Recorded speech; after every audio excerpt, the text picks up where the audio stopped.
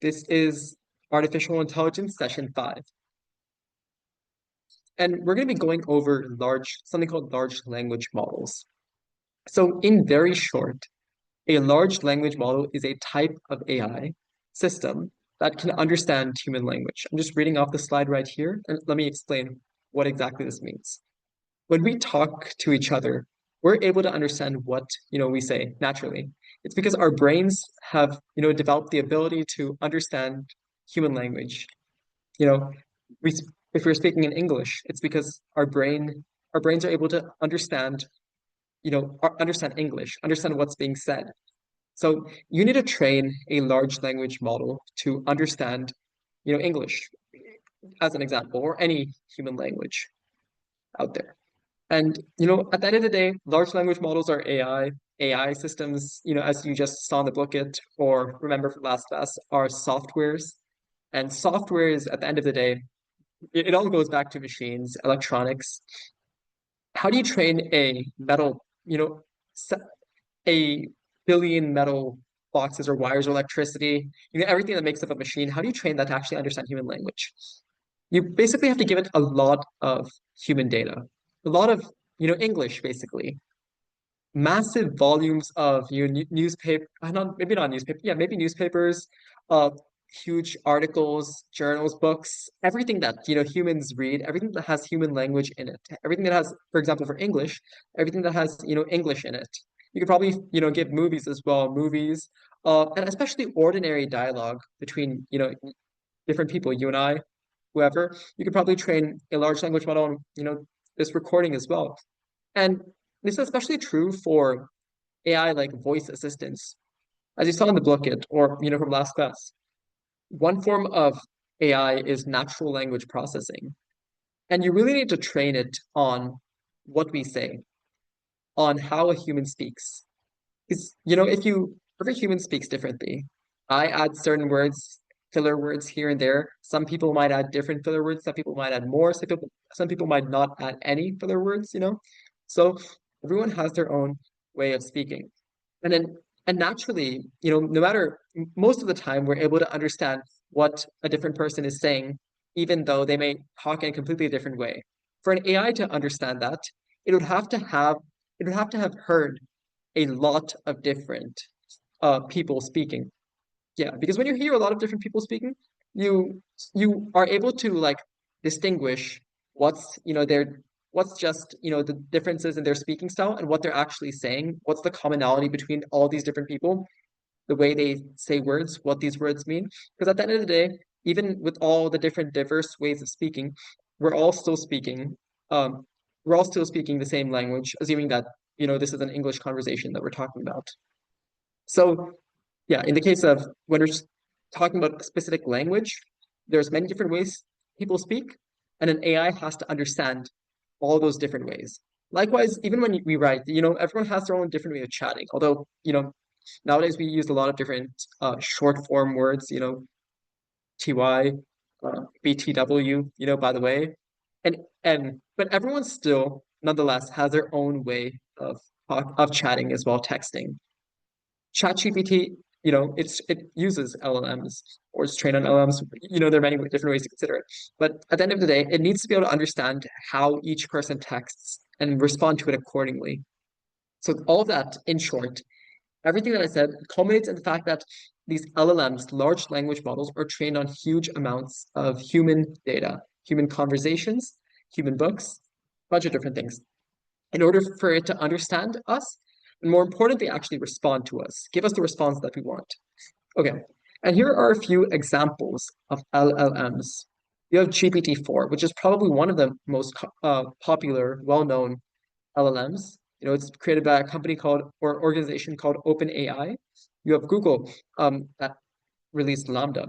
You have Claude that was released by another company called Anthropic, a pretty popular, AI company, AI research organization. And then you have Gemini. Gemini it's a pretty well-known chatting LLM. Chat, I won't say chatbot. It's kind of a chatbot, yeah. And it's created by, I think, a branch of Google known as Google DeepMind. It's a pretty cool organization if any of you are interested in looking into it. But yeah, actually, all of these are really cool organizations. Every one of them is very AI focused. research focused. In fact, I could talk about it in the next class if you're interested in this sort of thing, in this sort of business aspect of AI. In fact, I probably should. Yeah. Or maybe I'll talk about it maybe in the app development section. So anyways, these are the key things to note about LLMs. And then I wanted to just, spend the remainder of our AI segment talking about a few applications, cool applications of AI, that are coming up. Are you okay? You're able to see the slide. Okay, cool.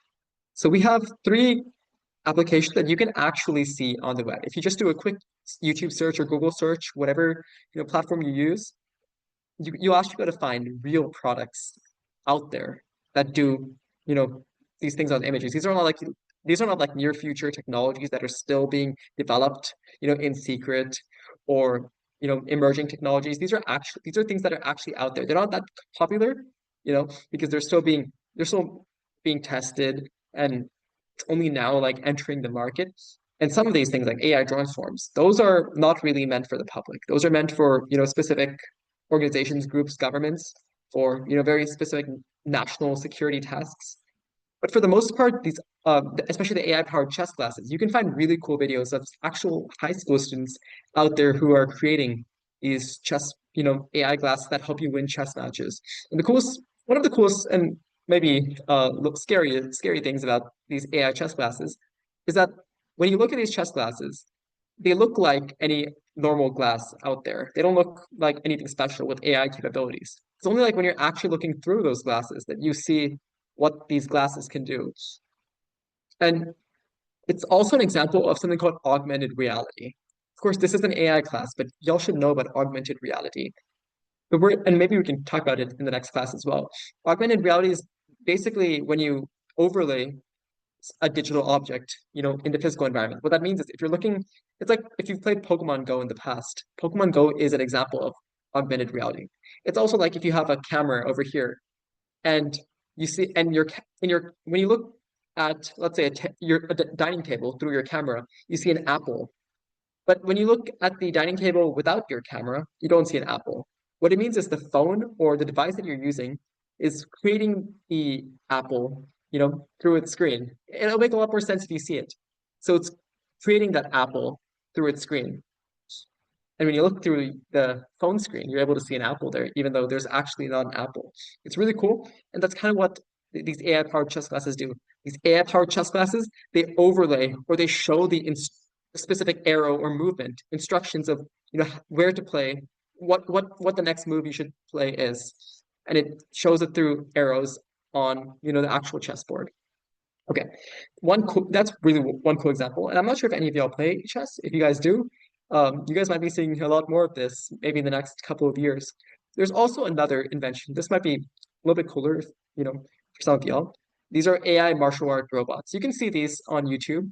Obviously, you don't see many of these on the streets because, you probably shouldn't have AI, martial art robots walking on the streets. But there are some that are trained in certain fighting techniques, and they're actually able to safely and effectively fight with or practice fight with actual students of martial arts and people. And it can be useful for practicing your martial arts in a safe environment. And these robots, which are essentially AI because they have to keep adapting and moving to your new techniques, they can help, train you in martial arts. Many of these robots are able to identify the specific martial art technique, karate, kung fu, taekwondo, uh, any martial arts that someone might do. They eventually, if not now, they would be able to adapt their fighting stance, fighting behavior accordingly. So think about it. So in many cases, when you're trying to practice against someone, you'll need someone else there. Someone else who's also trained in that martial art. With these robots, you really don't need anyone else. You could train on your own. So, and if some of y'all have fighting robots, that are kind of martial art robots. So yeah, another example of an AI would be a martial art robot. And finally, third example of a kind of cool AI application I wanted to show were AI drone swarms. These are very interesting. These are, first of all, the word swarm here indicates that it's not just one drone. If you look closely at the image, you can actually see like probably hundreds, maybe even thousands of different drones powered by AI. So this is a really cool AI application because it's very, very futuristic. In some movies you'll see AI drones flying through city, flying through this very like sci-fi futuristic city. But to a large part, we don't really think about drones when you think about AI. So these can play a huge role in many different things. In law enforcement security, drones can really help, find, find the person, the individual, or the activity that you're trying to monitor for in order to keep cities safe. Drones can also help, with climate change. For example, these AI drones can also find areas that are suitable for planting trees, and they could, plant seeds on the ground. They could also find sources of pollution, if there's specific waste that's emerging from a single point that people have trouble finding. These drones with cameras, computer vision from the look it. These computer vision empowered drones can just scout these areas and actually find the source of it. And potentially, because they are AI powered, they'll even be able to those address that pollution. So there's so many different ways AI drone swarms can be applicable, for civilian use and basically to help make our world a better place. And so these drones are also, I mentioned computer vision here, and computer vision is pretty important for actually all three of them. Computer vision is key part of every single one of them. For AI glasses, computer vision allows the AI system in the glasses to see the chessboard and see what the next best move would be. In the martial arts, this is pretty simple. The computer vision is kind of the actual eyes of the robot, and it allows you to actually see your opponent, see what moves they're going to be making, and see how to best respond to those moves. In drone swarms, the computer vision allows you to actually see the physical environment around you, see the sources of pollution, see the city, see the cityscape, and address address what you're trying to do. Of course, every single one of these AI solutions has its own set of what people call ethical considerations. You want to make sure it's used for good and not for bad purposes. If fallen into the wrong hands or that kind of thing, all of these AI solutions can be used for not so good things. So you want to make sure these are used to maximize the benefit of everyone. And that's a key consideration across every single part of AI. It's not just these applications. It's every single part of AI has its capability to do a lot of great things, but also a lot of not great things. Yeah, I think you'll understand that part. And also with that, we are basically done.